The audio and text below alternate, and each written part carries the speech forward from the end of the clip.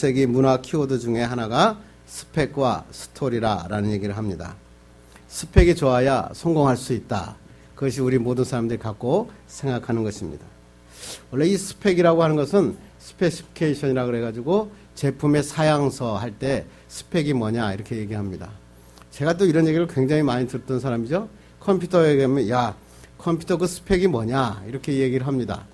그래서 컴퓨터를 살 때 스펙이 무언가에 따라서 결정을 하게 됩니다. 그런데 그 스펙이라는 단어가 이제는 사람들에게 있어서 학력과 이력, 이런 경력 이런 것을 일컬 때 스펙이라 이렇게 얘기를 하고, 더 새로운 취직이 여기서 굉장히 어려운데 취직을 하기 위해서는 이 스펙 6종 세트가 만족시켜야 된다 그럽니다. 6종 세트가 뭐냐면 학벌, 학점, 토익 점수, 인턴십, 자격증, 봉사활동. 이걸 갖다가 스펙 6종 세트라 그렇게 얘기를 하고, 여자인 경우에는 이 스펙 6종 세트에다가 하나가 더 추가되는데 그게 뭔지 아십니까? 얼굴 성형이라 이렇게 얘기합니다. 그래서 여자인 경우는 7종 세트가 만족돼야 취직할 수 있다. 그래서 젊은이들이 보니까 대학교 졸업할 때 정도 되면 스펙을 쌓기에 정신이 없습니다. 해외에 어학연수도 가야 되고 봉사활동도 가야 되고 얼마나 많은 일을 하는지 모릅니다. 근데 그것뿐만 아니라 요새는 실버 시대가 되다 보니까 나이가 많은 사람도 은퇴하고 난 다음에 새로운 직장을 찾기 위해서 스펙을 쌓으려고 요리학원도 다니고 여러 새로운 스펙에 도전하는 것을 바라보게 됩니다. 그러다 현대 기업들이 생각해 봅니다. 야, 스펙보다 더 중요한 게 있구나. 현대 기업들이 찾아갈 때 스펙보다 더 중요한 스토리라는 게 필요하다라고 생각해서 이제 이 면접관들은 스펙은 이미 나와 있는 것이고 그 사람에게 스토리를 물어봅니다. 그리고 그들에게 인성검사를 실시합니다. 옛날에 인성검사는 SK밖에 없었는데 지금은 인성검사를 실시하지 않는 대기업이 거의 없을 정도로 스펙 가지고는 부족하다라고 이야기하는 것입니다. 다른 말로 간단하게 줄이면 아무리 화려한 스펙이 있더라도 스토리가 없다면 그 사람은 평가할 수 없다라고 하는 것입니다. 그래서 김정태 홍보실장이라고 하는 사람이 책을 썼는데 스토리가 스펙을 이긴다라고 하는 책을 썼는데 이 책의 주제는 간단합니다. 스펙보다 스토리가 더 중요하다라고 이야기하면서 예를 드는 게를 그 두바이에 있는 호텔과 마닐라 호텔 두 호텔을 들면서 서문에 기록합니다. 이 두바이는 사막에 스키장이 있는 데가 바로 이 두바이고 세계 최초의 자기 부상 열차가 있고 세계 최대의 쇼핑몰이 있고 세계 최고층 828m 빌딩이 있습니다. 그 안에는 세계 유일한 7성 호텔인 그 다음에 버즈 알 아랍이라고 하는 호텔이 있는데 이 하루 숙박비가 로얄 스위트룸의 경우에 3,500만 원이나 합니다. 로비가 60층 수족관이 있고 잠수함을 타고 물밑으로 가는 레스토랑이 그 호텔에 있습니다. 그리고 각 침실마다 당구대가 다 하나씩 들어가 있습니다. 그런데 갑자기 이 두바이 호텔, 알 아랍 두바이 호텔이 갑자기 주가가 폭락하고 있습니다. 왜 그러냐면 그 호텔에는 스토리가 없었기 때문에 그렇습니다. 그런데 이 마닐라에 있는 마닐라 호텔은 100년 전에 세워졌습니다. 그런데 이 호텔에는 아이젠하워 대통령, 비틀즈, 그 다음에 존 웨인, 케네디 대통령이 투숙했습니다. 이 새로운 마닐라 호텔에 가면 시설은 오래되고 낡았는데 그 호텔에 들어가면 아름다운 이야기를 들을 수 있습니다. 이것이 바로 케네디가 묵었던 것이고 이것이 바로 비틀즈가 묵었던 호텔이다라며 그 침대에 누우면서 그 호텔에서 일어났던 일들을 다시 돌이켜볼 수 있었다 그러는 것입니다. 해밍웨이에게 이렇게 물어봅니다. 가장 좋은 소설은 어떤 소설입니까? 그때 해밍웨이가 이렇게 얘기합니다. 좋은 소설은 마닐라 호텔과 같은 것이다. 소설 속에 재미난 스토리가 있어야 된다라고 이야기하는 것입니다. 다시 이런 얘기를 하는 겁니다. 우리에게 필요한 것은 이제까지는 스펙이었지만 이제는 스펙이 아니라 스토리가 중요하다. 스펙은 내가 실패한 걸 감추줍니다. 그런데 스토리는 뭐냐면 내가 실패한 것을 드러냅니다. 그리고 그 가운데서 내가 어떻게 이렇게 섰는지를 표현하기 시작합니다. 그래서 스토리가 있으면 감동하게 되는 게 우리의 인생이라고 하는 것입니다. 제가 왜 이런 얘기를 이렇게 오랫동안 얘기할까요? 신앙도 마찬가지입니다. 신앙도 스펙이 중요한 것 같은데 신앙에서도 중요한 게 스토리다 이렇게 얘기하는 것입니다. 오늘 본문의 사도 바울이 그렇습니다. 유대교에 촉망받는 젊은이였고 이스라엘 족속이었고 베냐민 지파였습니다. 히브리인 중에 히브리언이었고 그 다음에 율법으로는 바리새인이었습니다. 인종적으로나 종교적으로 좋은 스펙을 쌓아가던 사람이 바로 이 사도 바울이었습니다. 학문적으로도 당대 최고의 법학자인 가말리엘 산하에서 공부한 법학자였습니다. 그런데 갑자기 이 스펙이 화려한 사도 바울이 다메섹을 가다가 예수 그리스도를 만납니다. 그러면서 이 스펙을 가지고 있는 사람이 나는 이제 이 스펙을 나를 위해서 쌓는 게 아니라 주님과 동행하는 스토리를 쌓겠다고 변화되는 본문이 바로 여러분이 읽은 본문이라고 하는 것입니다. 복음을 전하기 위해서 법학자가 텐트 만드는 사람으로 바뀝니다. 자신을 위해서 스펙을 쌓는 것 이제 의미가 없다는 것입니다. 예수 그리스도와 동행하는 감동의 스토리를 써야 되겠다라고 생각합니다. 바울은 복음을 전하다가 옥에 갇히기도 하고 매를 맞기도 하고 죽을 뻔하기도 합니다. 그런데 이 어려운고 힘든 상황 속에서 사도 바울은 글에 이렇게 씁니다. 예수님과 함께하니 나는 즐겁다. 그렇다면 어떻게 이 사도 바울은 스펙이 아니라 감동의 스토리를 써갈 수 있을까? 오늘 본문에서는 뭐라고 우리에게 말씀하시는가? 이 말씀을 가지고 여러분 신앙은 스펙이 아니라 스토리입니다 라는 말씀으로 은혜를 나누기를 간절히 바랍니다. 요새 한국 교회를 보면 스펙이 굉장히 화려합니다. 세계에서 제일 큰 교회, 그리고 제일 많이 사람들이 모이는 교회, 성도의 숫자, 성도의 크기, 그리고 그거에게는 성전에 짓는 예산이 어마어마합니다. 화려한 스펙을 어떻게 하면 쌓을 수 있을까? 세미나들이 열려지고 있고 훈련이 교계 신문을 광고를 다 점령하고 납니다. 그래서 기독신문 이런 신문들을 딱 펼쳐보면 밑에 하단 부분은 전부 다 세미나입니다. 어떻게 하면 화려한 스펙을 쌓을 수 있는가? 어떻게 하면 성장할 수 있는가? 어떻게 하면 부흥할 수 있는가? 거기에 대한 세미나들이 밑에 하단을 다 점령합니다. 조금 있어 이제 11월 달이 되면 일간 신문에 하단을 점령하는데 하단의 신명에 점령하는 광고가 뭔지 아십니까? 최고 경영자 과정 코스. 이 최고 경영자 과정 코스는 사람들이 많이 거기서 사업하는 사람들이 다닙니다. 왜? 평생 나는 그 대학을 못 다녔는데 자기는 그 대학에 다니고 싶은 겁니다. 그래서 연세대학교에서 최고 경영자 코스에 다니기 원합니다. 그러면서 이렇게 얘기합니다. 나는 연세대학교 나왔다고. 그리고 거기 최고 경영자 과정에 가보면 많은 사람들이 모입니다. 인맥이 모이기 시작합니다. 야, 거기서 사업이 링크됩니다. 그래서 사업을 하다 보면 그 최고 경영자 과정을 안 다닐 수가 거의 없다고 하는 것입니다. 그래서 코스닥 기업 이상에 들어간 사람들은 거의 다 서울대학교 최고 경영자 코스에 다닙니다. 왜냐하면 거기는 코스닥 기업의 임원 이상이 다닐 수밖에 없게 자격 조건이 되어 있기 때문에 그렇습니다. 그러니까 내가 서울대학교 최고 경영자 과정을 나왔다, 연세대학교 최고 경영자를 나왔다, 서강대학교 최고 경영자 과정을 나왔다라고 사람들은 이야기합니다. 그런데 성도들 가운데서도 예수 그리스도를 믿는 사람들이 교회를 다니는 것이 최고 경영자 과정 다니는 것처럼 다니는 사람이 있습니다. 큰 교회에 다닙니다. 왜? 스펙을 쌓기 위해서. 내가 큰 교회 다닌다고 합니다. 그리고 큰 교회 다니면서 심지어는 직급을 속이기도 합니다.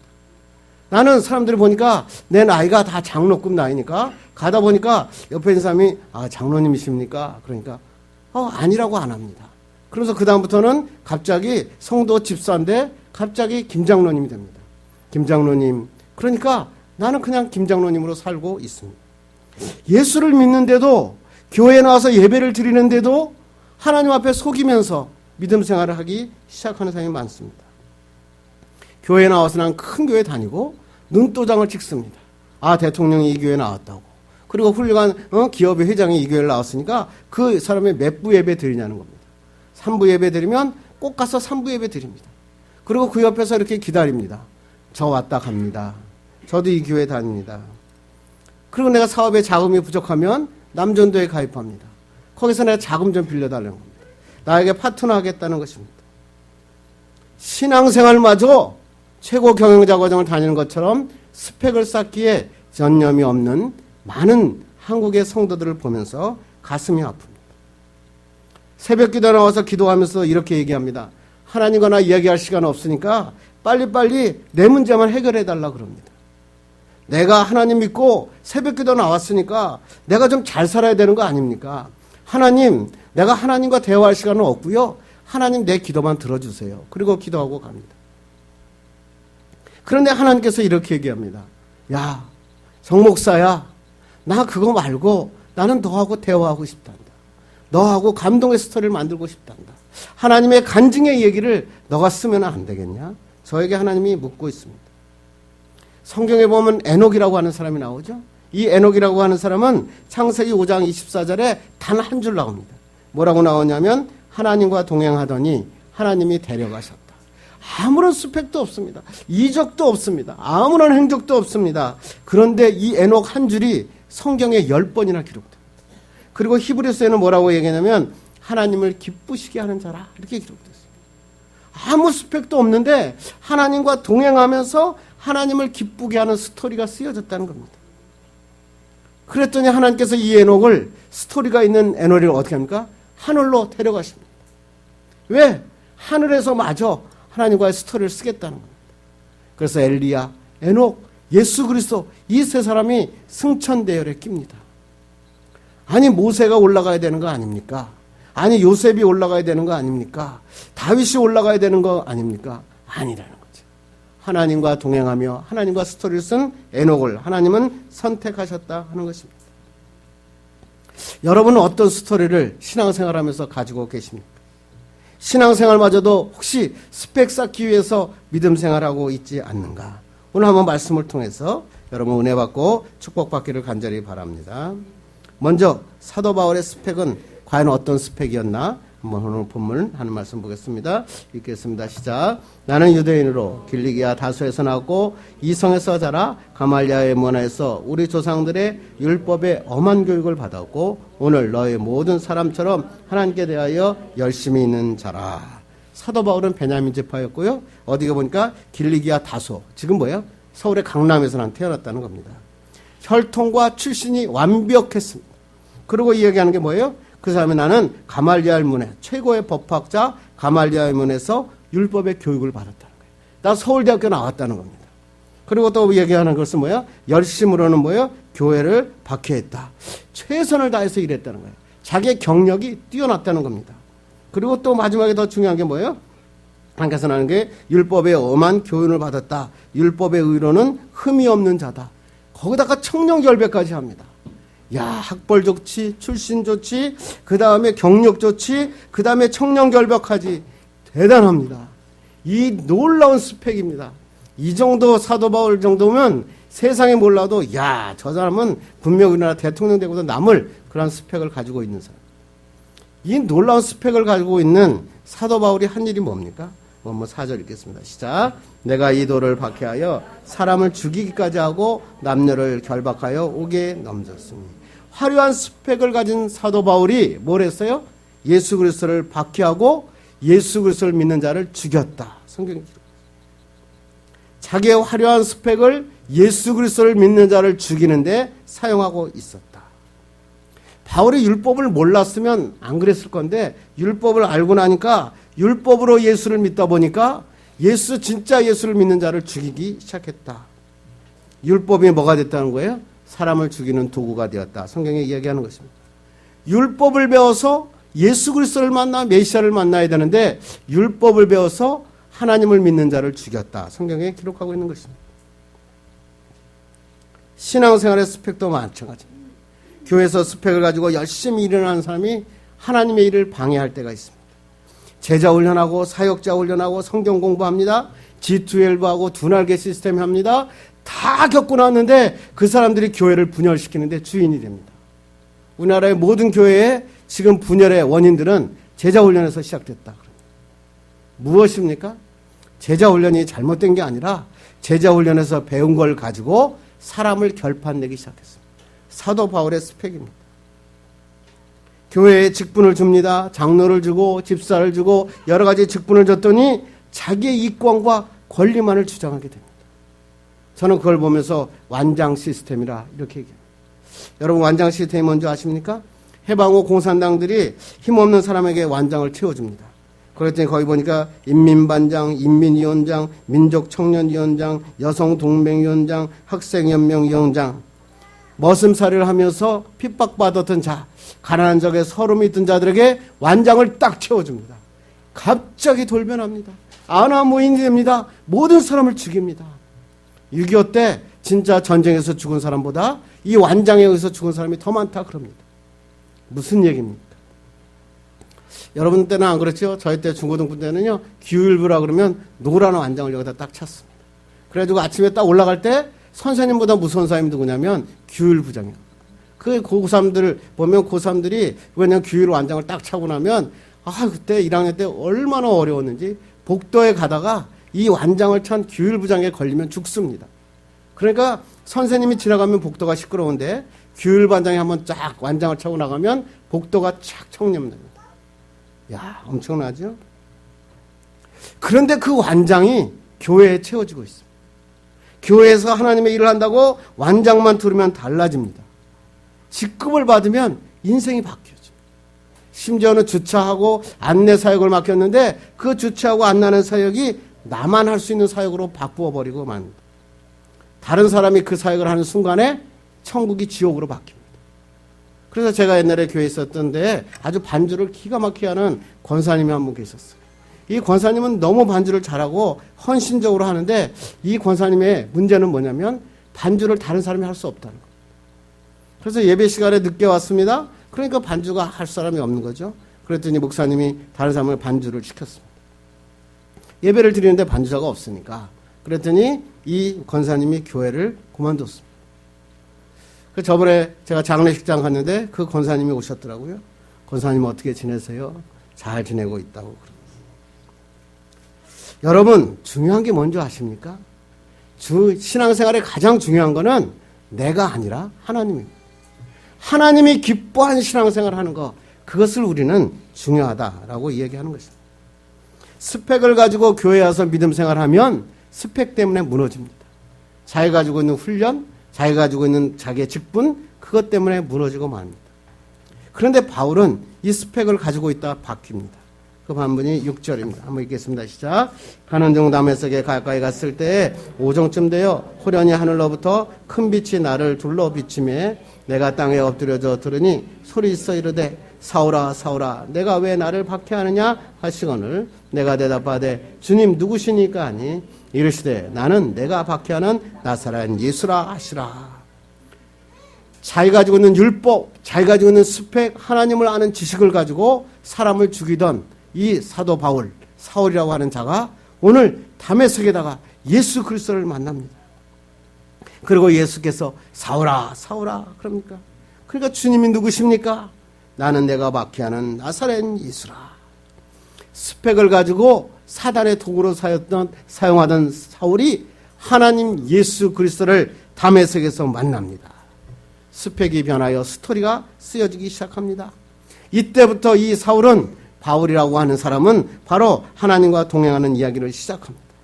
아시아를 넘어 유럽으로 하나님의 복음을 들고 죽을 힘을 다하여 죽을 때까지 하나님의 복음을 전하는 자가 되는 것입니다. 스펙은 결과지만 스토리는 과정입니다. 예수 믿는 사람은 결과가 중요한 것도 있지만 더 중요한 것은 과정입니다. 내가 어떻게 정직하게 살아가고 있는가? 내가 얼마만큼 예수님 하나님이 기뻐하시는 삶을 살아가고 있는가? 그것을 써내려가는 게 바로 그리스도입니다. 모태신앙, 신앙연수, 20년, 60년, 80년, 교회 권사, 집사, 장로, 목사 다 필요 없습니다. 그거보다 더 중요한 건 뭐냐면 신앙은 하나님을 만난 이야기가 있어야 됩니다. 야, 저 집사님 만났더니 하나님을 만난 이야기가 있어. 저 사람을 만났더니 하나님과 동행하는 삶의 이야기를 들을 수 있어. 그것이 중요합니다. 하나님을 만난 경험이 없으면 신앙생활 잘못하는 것입니다. 신앙은 하나님을 만나 쓰여지는 하나님의 스토리가 신앙인 것입니다. 오늘 예배를 보는 사람이 있고 드리는 사람이 있습니다. 옛날에 기독교 학교를 다니거나 마누라가 무서운 마누라를 만나면 주보를 가지고 가야 됩니다. 왜냐하면 그 다음날 채플에 너가 왔나 체크하기 때문에 그렇습니다. 그러니까 갑자기 고등학생들이 교회에 옵니다. 교회 가지고 뭐만 할까요? 뒤에 와서 주보만 가지고 갑니다. 주보만 가지고 미안하니까 뭐예요? 뒤에 가만히 앉아있다가 잡니다. 왜? 주보는 가지고 가야겠고 그 다음에 그냥 가지고 가기는 마음에 찔리니까 그냥 앉았다가 갑니다. 이런 사람 뭐라고 그래요? 예배 보는 사람이다 그럽니다. 그런데 이 예배 보는 사람은 스토리가 없습니다. 왜? 그냥 그 예배에 보는 주보가 필요할 뿐입니다. 그런데 이런 사람마저 하나님은 사용하십니다. 뒷좌석에 앉아있다가 주보 가지고 뒤에 앉아있다가 하나님을 만납니다. 눈물을 흘립니다. 하나님을 만난 감동의 스토리가 시작되는 겁니다. 예배를 보는 자에서 예배를 드리는 자로 바뀝니다. 예배를 보는 자에서 예배를 드리는 자가 바뀌는 것을 신앙인이라 그럽니다. 그래서 예배 드릴 때, 오늘 예배 보러 안 와? 이렇게 하라는 직분자가 있는가 하면 오늘 예배 드리는 날이니 우리 예배 드리자라고 하는 직분자가 다른 것입니다. 똑같은 직분자인데 보는 자와 드리는 자가 다르기 때문에 그렇습니다. 이 하나님 앞에 예배를 보는 자에서 드리는 자가 되면 찬송을 부르다가 갑자기 눈물이 나기 시작합니다. 어려운 일 당할 때 나의 믿음 적으나, 그렇게 하면 갑자기 어려운 일이 생각나는 거예요. 주님이 날 도와주시고 일으키셨던 하나님의 역사가 생각하기 쉽습니다. 말씀을 듣다가 가슴이 떨리는 겁니다. 하나님께서 나에게 지금도 말씀하고 있다고 감격하게 울게 됩니다. 하나님의 말씀, 오늘 설교 말씀이 하나님의 음성으로 들려지기 시작합니다. 주님만을 바라봅니다. 하나님께서 말씀하고 있습니다. 여러분, 신앙생활 하시면서 하나님을 만난 경험이 있으십니까? 아니면 그냥 직분 때문에 교회에 나오셨습니까? 지금까지 하나님을 만난 이야기가 없다면 오늘 말씀 가운데 주님을 만나는 여러분 되기를 주님의 이름으로 축원합니다. 하나님을 만나는 스토리가 있어야 교회가 좋습니다. 하나님을 만나는 스토리가 있어야 감동이 있는 겁니다. 교회에 나와서 믿음 생활하는 것은 주님을 만난 감동의 스토리로 시작하는 것이라 오늘도 우리에게 말씀하고 있다고 하는 것입니다. 이런 신앙생활의 감동의 스토리를 쓰기 시작하는 사도 바울은 어떠한 일을 만납니까? 우리 한번 18장 9절로 10절 읽겠습니다. 밤에 주께서 환상 가운데 바울에게 말씀하시되 두려워하지 말며 침묵하지 말고 말하라. 내가 너와 함께 있음에 어떤 사람도 너를 대적하여 해롭게 할 자가 없을 것이니 이는 이 성중에 내 백성이 많음이라 하시더라. 사도 바울은 다메섹에 만나서 예수 그리스도를 만난 하나님의 신앙의 스토리를 쓰고 있는데 그 스토리를 쓰고 있는데 너무나 힘든 겁니다. 전도를 하는데 예수 믿는 사람이 하나도 열매를 맺지 않는 겁니다. 전도가 안 되는 겁니다. 복음을 전하는데 복음이 안 믿습니다. 그랬더니 하나님께서 뭐라고 이야기하시냐면 하나님께서 밤에 주께서 환상 가운데 바울에게 말씀하십니다. 바울이 얼마나 힘들었으면 주님이 환상 가운데서 나타나서 뭐라고요? 두려워하지 말고 침묵하지 말고 말하라. 무슨 말이에요? 삶이 어렵고 두려울지라도 내가 전도하는데 열매가 없을지라도 두려워하지 말라. 신앙의 스토리를 쓰는 자는 힘들고 어려워도 내가 너와 함께 하겠다. 하나님이 사도 바울에게 이야기하고 있다고 하는 것입니다. 우리들에게 말씀하시는 말이죠. 주의 정 목사야, 힘들고 어려우냐? 내가 너와 함께 하겠다. 전도하는데 열매가 없느냐? 내가 너와 함께 하겠다. 끝까지 복음을 전하라. 자녀가 속썩이느냐?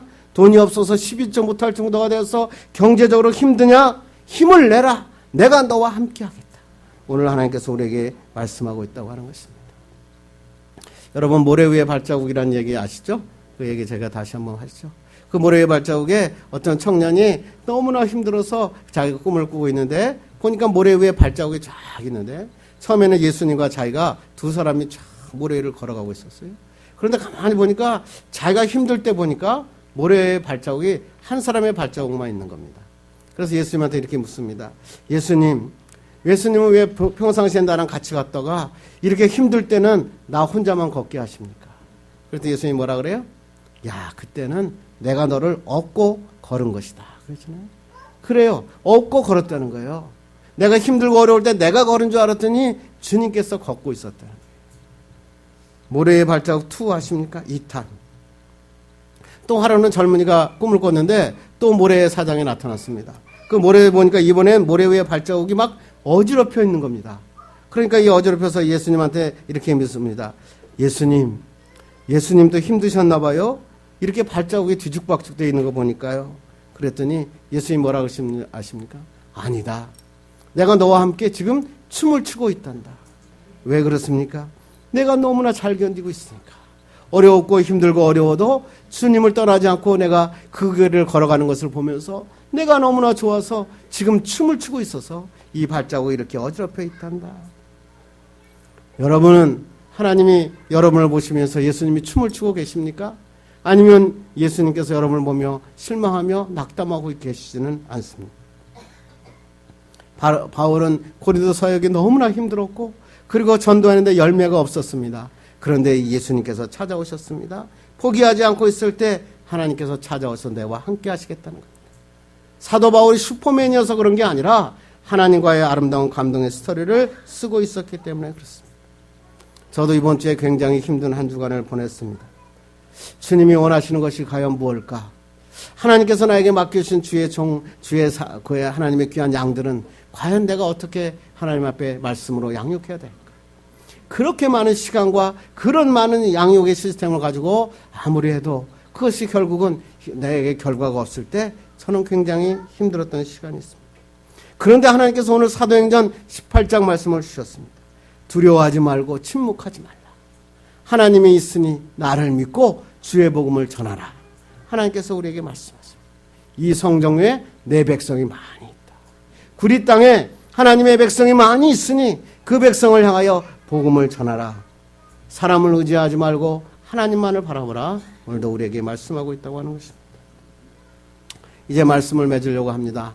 여러분 갓동님이라고 하는 것이 무슨 말인지 아십니까? 우리 보경이랑 우리 젊은 친구들은 알죠? SK 이만수 감독을 갓동님이라 그럽니다. 왜 갓동님이라 그러면 야구에서 최고의 명장 감독을 김성근 감독이라 그럽니다. 그런데 이 김성근 감독을 사람들이 어떻게 부르냐면 감동 있는 감독이라 그럽니다. 그러니까 말이 길다 보니까 이분을 갖다가 뭐라고 부르냐면 감독이라고 안 부르고 감독님 이렇게 부릅니다. 이 감독님 부르다가 SK 팬들이 이만수가 이 SK의 감독으로 옵니다. 처음에는 이만수를 굉장히 무시합니다. 그랬는데 이만수가 와서 하는데 너무너무 잘하는 겁니다. 그래서 이만수에게 그 했던 생각을 알아보지 못했다고 이만수를 감독님이라고 부르려고 그랬더니 이미 김성근 감독을 감독님이라고 부르고 있는 겁니다. 그랬더니 야, 안 되겠다. 그래가지고 이만수 감독을 뭐라고 부르냐면 갓동님 이렇게 부릅니다. 갓이 뭐예요? 하나님이라는 뜻이죠. 왜 갓동님이라고 부르냐면 그는 힘들 때마다 하이모 이렇게 외쳤다 그럽니다. 하이모가 뭔지 아십니까? 하나님이 이걸 모르시나? 그래서 이만수는 힘들고 어려울 때마다 그리고 저기 있는 선수들에게 하이모 그렇게 외쳤습니다. 하나님이 이걸 모르시나? 4번 타자 이만수가 자기 어려움이 있어가지고 미국에 코치로 건너가죠. 코치로 메이저리그 코치로 있으면서 굉장히 많이 울었다고 합니다. 그럴 때 출애굽기 14장에 너희는 두려워하지 말고 가만히 서서 여호와께서 오늘날 너희를 위하여 행하시는 구원을 보라. 이 말씀을 읽으면서 그 샤워장에서 너무나 많은 눈물을 이 이만수는 흘렸다고 합니다. 9년 만에 월드시리즈 우승합니다. 그리고 한국에 들어옵니다. 한국에 들어와서 SK의 감독으로 정리하고 그 다음에 재작년에 45년간의 야구 생활을 정리하고 난 다음에 라오스로 선교사로 나갑니다. 이제 내가 야구를 통해서 하나님의 일을 해야겠다. 라오스는 야구팀이 없는 나라입니다. 그곳에 야구장을 건립하고 하나님의 복음을 전하는 자가 되겠다. 그래서 이 이만수는 앞에 쓰여진 단어가 하나님의 4번 타자 이만수. 이게 뭐예요? 감동의 스토리입니다. 인생은요, 스펙 쌓기로 끝나기엔 너무 아깝습니다. 내가 서울대학교 나오면 뭐하고, 내가 좋은 사람 됐으면 뭐하고, 내가 훌륭한 사장이었으면 뭐합니까? 스펙이 여러분의 인생을 바꿔주지 않습니다. 여러분에게 감동의 스토리가 있는가?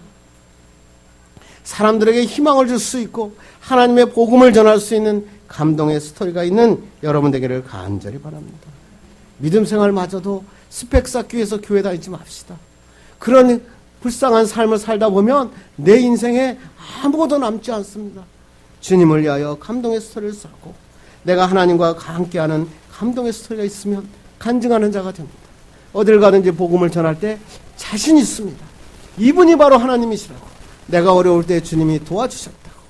저는 일주일 동안 이 하나님의 말씀을 듣고 하나님 앞에 눈물을 흘리며 기도했습니다. 하나님, 정말로 하나님 감동의 스토리를 쓰는 꿈의 교회가 되게 하여 주시옵소서. 힘들고 어려운 과정을 통하여 하나님의 축복과 역사가 일어나게 하여 주옵소서. 기도하게 됐습니다. 여러분들 기도하는 여러분 되기를 주님의 이름으로 축원합니다. 기도하겠습니다.